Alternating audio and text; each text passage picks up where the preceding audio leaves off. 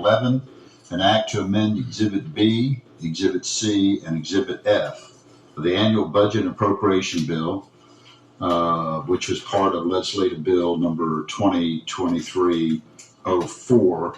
And I point out, I believe at one point it said it was adopted June the 9th, was actually adopted June the 6th, 2023. That should be amended when the council takes it up. To remove the salaries for the Assistant Director of Administration position, the Director of Public Works position, and Deputy Director of Public Works position. This is a public hearing. Again.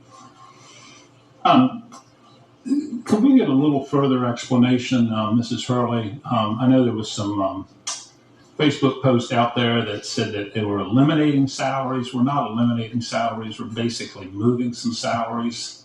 Yeah, so the intent of this legislation is to temporarily move the funds into our use of prior year fund balance. Again, this is a temporary move until the positions can be filled properly. And at that time, council can certainly then authorize the funds to be transferred back to those departments when you guys are ready to proceed with that. But this, again, is a temporary move.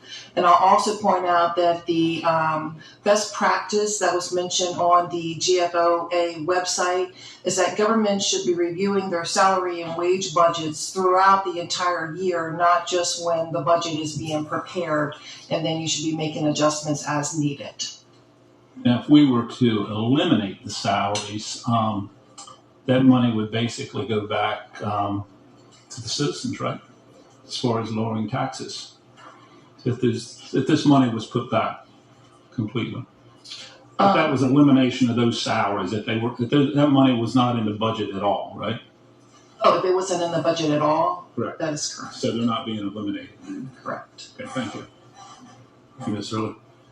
This time we open the floor for public hearing on legislative bill number 2023-11. Those who would like to make any public comments in reference to legislative bill 2023-11, come to the podium. Please state your name, your county of residence, and your concerns. Keep in mind, please, we do have a 3-minute time limit. Julie Giordano, County Executive. I first wanted to share my disappointment in this council, as I personally sent all of you an email yesterday as a last effort to try to reach a resolution without litigation. But unfortunately, not one of you responded. You didn't even tell me that you got the email. The legislation that you are getting ready to pass is not for the betterment of Wicomico County or its citizens. It is a vengeful, spiteful act to once again try to hurt the executive office, which is what you have done for the past 7 months. Defunding positions, whether it's going back to the county, is terrible in optics, especially when 2 of the positions are currently filled. It's a form of termination which this council does not have the authority to do. Termination is a sole function of the executive branch except for those positions that fall under the county council, such as Ms. Hurley's position. I'm asking you to table this bill this evening, especially because we plan to interview for Public Works Director next week due to recent resumes that have just come in. Thank you. With a planet